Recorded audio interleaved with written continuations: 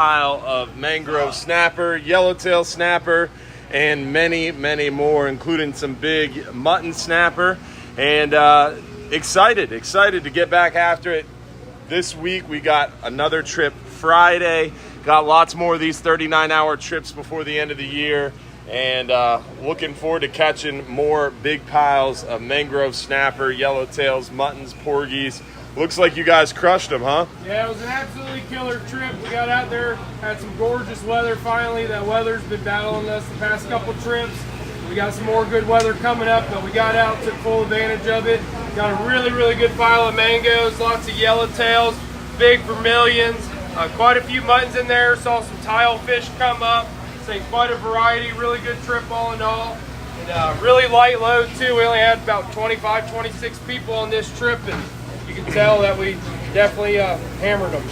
Yeah, so towards the end of the trip, you actually had to go looking for other species because you guys had pretty much reached a limit of snapper. Yeah, the last couple hours of the trip, we had to go around and everybody was done. We couldn't keep any more snapper. Looking for porgies and almacos and all the other heads and tails because we had caught too many of these mangrove snapper, vermilions, yellowtails. Triggerfish in the pile at all? Got any triggers? We have a handful of triggers in there, not a whole lot of them, a couple scamps as well. I see some strawberry groupers over there too. Strawberries. It's a weird feeling whenever you go out on the boat and you see people taking mangoes and yellowtails and throwing them back in the water. Can't keep any more. That's awesome, man. What was the hot bait this trip? Hot bait, I would say really just the dead bait, either threadfin or sardine. Say a lot of people are using little chunks of squid. Say the shrimp, that's always one of my favorite go-tos. I always say that the shrimp, we get a big bucket right before you leave on the trip.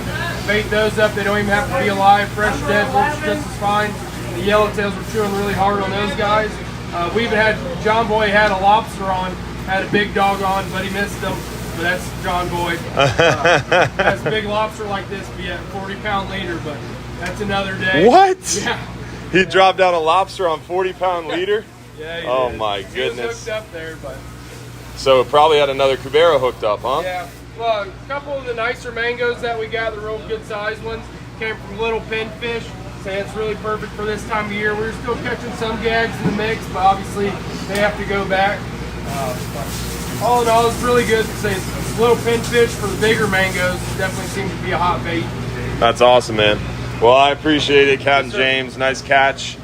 Lots of strawberry grouper in this mix. The more I look, the more I see. So pretty awesome. We got some Creole fish, lots of variety. That's a rock hind right there, which is a type of strawberry grouper. And then we've got the Graysby up here, which is another strawberry grouper. We call all those species kind of strawberry grouper. There's a Creole fish in the mix. A lot of good eating fish. Nice big pile of fish for 26 people. It's incredible. So awesome to see, and we got lots more 39-hour adventures ahead. Lots more opportunities. This weekend looks like a great opportunity to get out there. Another light load of people too. So we only got about 26 going this weekend. So light loads, not a lot of people on the boat, and killer fishing, as you can see. Hopefully we'll get a chance to see you sometime soon.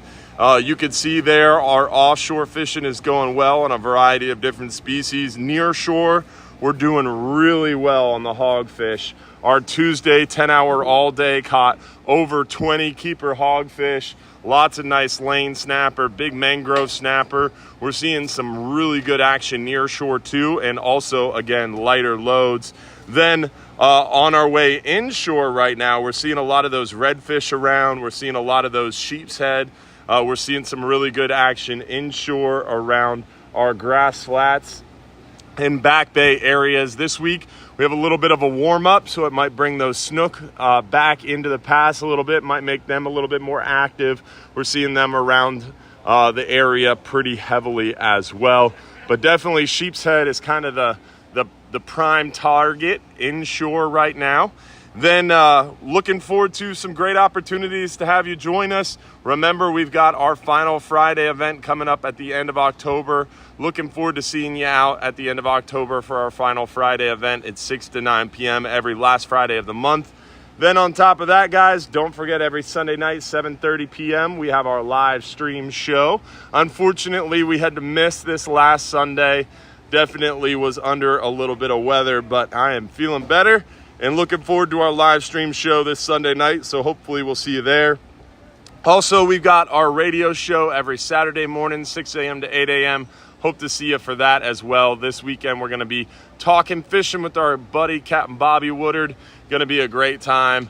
Hopefully, we'll see you out on the water. Don't forget, if you're too busy to go fishing, you're just too darn busy.